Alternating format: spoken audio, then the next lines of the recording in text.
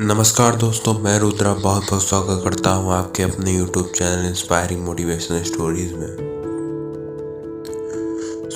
आज की यह शिक्षाप्रद कहानी आपको सिखाएगी कि जीवन में खुद को और अपने अशांत मन को कैसे शांत रखा जा सकता है। तो चलिए बिना देर की वीडियो की शुरुआत करते हैं।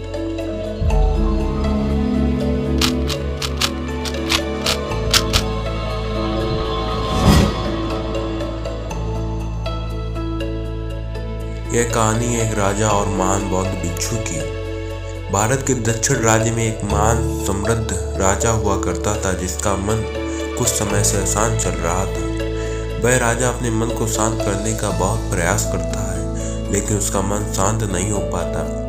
वह अपने राज्य के बड़े बड़े विद्वानों को बुलाता है और पता लगाता है कि मन को शांत कैसे किया जाए। बड़े बड़े विद्वान आते हैं और उपाय बताकर चले जाते हैं, लेकिन कोई भी उपाय काम नहीं करता।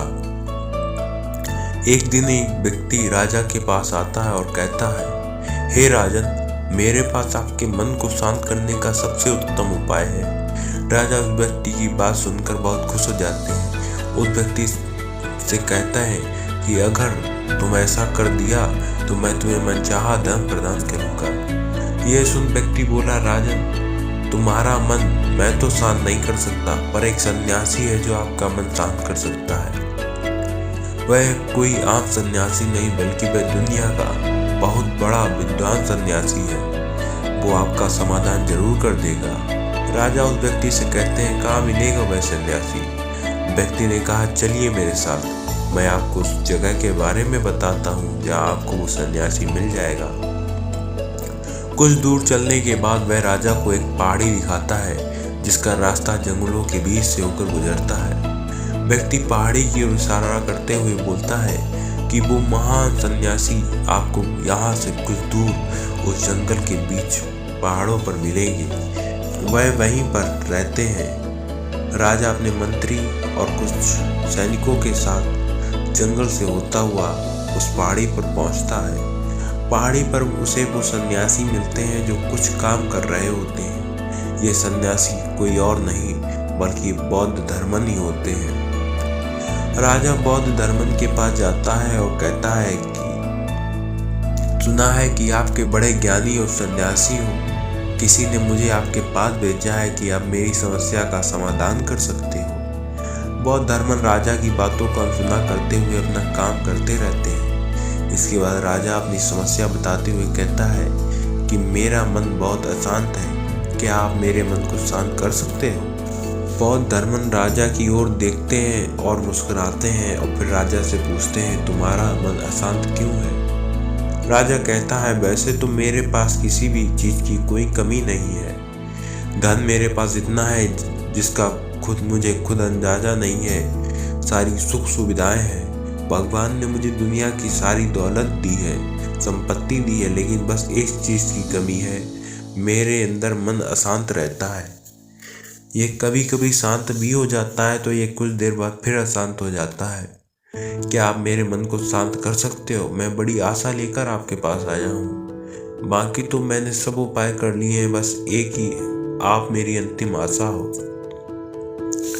बौद्ध धर्म उस राजा से कहते हैं, बिल्कुल, मैं तुम्हारे मन को शांत कर सकता हूँ। यह सुन राजा बहुत खुश हो जाता है। राजा कहता है, आपके लिए मुझे क्या करना होगा?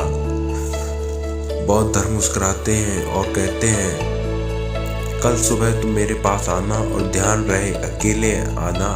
राजा कहते हैं, ठीक है, मैं कल सुबह आपके पास आ जाऊंगा। बौद्ध धर्म कहते हैं, एक बात और ध्यान रहे, अपने अशांत मन को अपने साथ लाना है।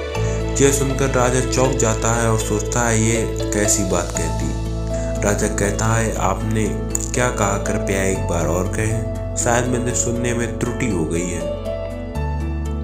बौद्ध धर्म फिर से वही बात कहते हैं, तुम कल सुबह जल्दी आना, अपने अशांत मन को अपने साथ लेकर। कहीं ऐसा ना हो कि तुम अपने अशांत मन को अपने महल में छोड़ आओ। राजा सोचता है कि लगता है ये कोई पागल आदमी है, क्योंकि अब राजा के पास कोई विकल्प शेष नहीं था। इसलिए राजा सोचता है कि एक बार प्रयास कर ही लेते हैं। तो बौद्ध धर्मन उसे कहता है ठीक है, मैं अशांत मन को शांत लाऊंगा।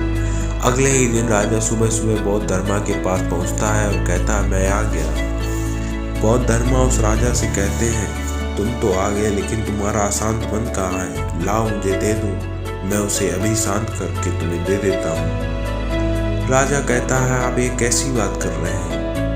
आप इतने महान सन्यासी होकर यह भी नहीं जानते कि मन कोई भी वस्तु नहीं जिसे मैं उठाकर आपको दे दूंगा। मन तो मेरे भीतर है। बौद्ध धर्मा उस राजा से कहते हैं तो ठीक है, आओ यहाँ बैठो और आंखें बंद करके उस अशांत मन को अपने भीतर खोजो। राजा अपनी आंखें बंद करके अशांत मन को भीतर खोजने की कोशिश करता है।